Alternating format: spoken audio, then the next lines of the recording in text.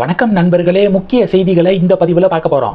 முதல் செய்தி, நேற்று பிரைம் மினிஸ்டர் தமிழகம் வந்தார்ல, காங்கிரஸ் எம்பி ஜோதிமணி சமூக வலைதளத்தில் எந்த முகத்தை வைத்துக்கொண்டு மோடி இங்கே வாக்கு கேட்டு வருகிறார் அப்படின்னு ஜோதிமணி எழுதியிருக்காங்க. பாஜக என்ன தெரியுமா பதிலடி கொடுக்குறாங்க? அது ஒன்றும் இல்லைக்கா, 11 மெடிக்கல் காலேஜஸை கொண்டு வந்திருக்காரு.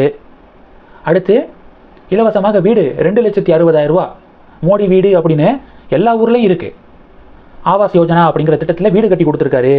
அடுத்து மக்கள் மருந்தகம், மோடி மெடிக்கல் அப்படின்னு சொல்லுவோம்ல, அதன் மூலமாக பலர் பயனடைகிறாங்க. விவசாயிகளுக்கு வருஷத்துக்கு 6,000 ரூபாய் கொடுக்குறாரு. சிலிண்டருக்கு மானியம் கொடுக்குறாரு.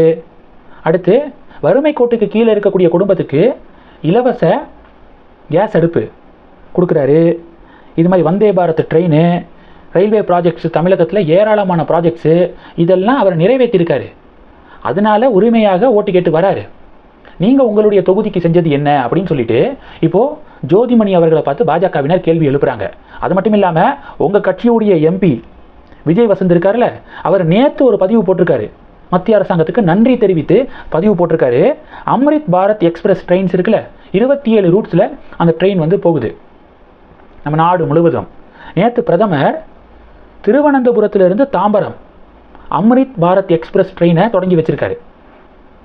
அடுத்து கன்னியாகுமரியிலிருந்து மேங்களூர் போகக்கூடிய ட்ரெயின் இருக்குல்ல, அதையும் நேற்று வந்து தொடங்கி வச்சிருக்காரு. உங்கள் கட்சி எம்பியுடைய பதிவை பார்த்துட்டு அதுக்கப்புறம் நீங்கள் போஸ்ட் போடுங்கக்கா அப்படின்னு சொல்லிட்டு ஜோதிமணி அவர்களை செக் வைக்கிறாங்க பாஜக.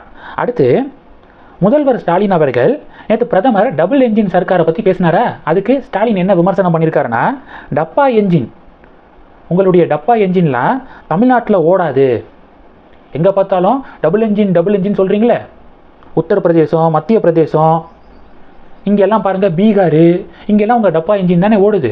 அதை விட தமிழ்நாடு, கேரளா, தெலுங்கானா, கர்நாடகா, வெஸ்ட் பெங்கால் தான் பொருளாதாரத்தில் சூப்பராக பர்ஃபார்ம் பண்ணிக்கிருக்கு.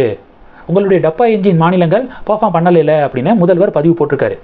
நேற்றே அது எப்போ வரும், இது எப்போ வரும் அப்படின்னு முதல்வர் மோடியை டேக் பண்ணி கேள்வி கேட்டதுக்கு அண்ணாமலை தரப்புக்கிட்டேருந்து வந்த பதிலடி இருக்குல்ல, அந்த பதிலடியிலிருந்தே திமுகனால இன்னும் மீள முடியலை.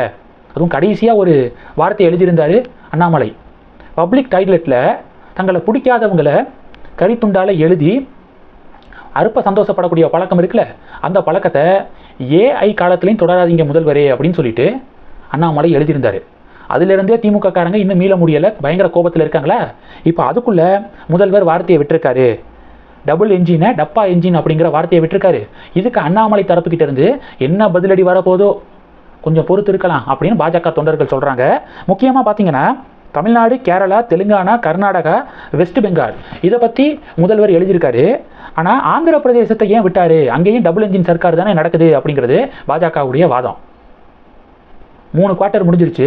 3 குவார்ட்டருடைய முடிவில் நம்ம நாட்டுக்குள்ளே வந்த இன்வெஸ்ட்மெண்ட்டில் கால்வாசி 25 விழுக்காடுக்கு அதிகமான இன்வெஸ்ட்மெண்ட்டு ஆந்திராவை நோக்கி தான் நகர்ந்துருக்கு. சமீபத்தில் வந்த ரிப்போர்ட்டு அங்கே டபுள் என்ஜின் சர்க்கார் தானே நடக்குது.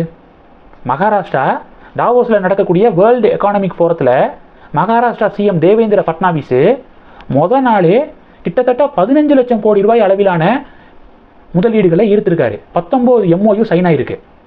டபுள் என்ஜின் சர்க்கார் தானே, அதை பற்றியெல்லாம் ஏன் முதல்வர் பேசாமல் கடந்து போகிறாரு?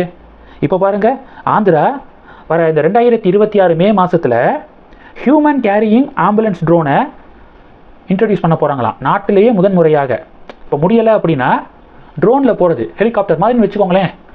முடியாதவங்களை ஆம்புலன்ஸ் மாதிரி ட்ரோன் ஆம்புலன்ஸு ஆந்திராவில் வரப்போகுது. இதில் இன்னொரு காமெடி என்னென்னா, நம்ம அண்ணா யூனிவர்சிட்டி இருக்குல்ல, சென்னை அண்ணா யூனிவர்சிட்டி, அந்த டீமோடு சேர்ந்து தான் ஆந்திரா இந்த ப்ராஜெக்டை பண்ணுறாங்க அவங்க மாநிலத்துக்கு. Andhra government centre for aerospace research அப்படிங்கிற அண்ணா யூனிவர்சிட்டியுடைய இந்த ரிசர்ச் டீமோடு சேர்ந்து தான் ஹியூமன் கேரியிங் ஆம்புலன்ஸ் ட்ரோனை இப்போ வடிவமைச்சுக்கிருக்காங்க. மே மாதம் அதனுடைய டெஸ்ட்டை வந்து நடத்த போகிறாங்க, சோதனை நடத்த இருக்காங்க. இப்படி முன்னேறி போய்க்கிருக்காங்க பாருங்கள் ஆந்திரா. இங்கே தமிழகம் என்ன முன்னேறிக்கிருக்கு அப்படின்னு சொல்லி பாஜக கேள்வி கேட்குறாங்க. இந்த செய்திகள் எல்லாத்தையும் பற்றி உங்களுடைய பார்வைகளை மறக்காமல் கமெண்ட் பண்ணுங்கள். தொடர்ந்து கணக்கில் இருங்க. அடுத்தடுத்து நிறையா பதிவுகளை பார்க்க போகிறோம். நன்றி. ஜெய் ஹிந்த்.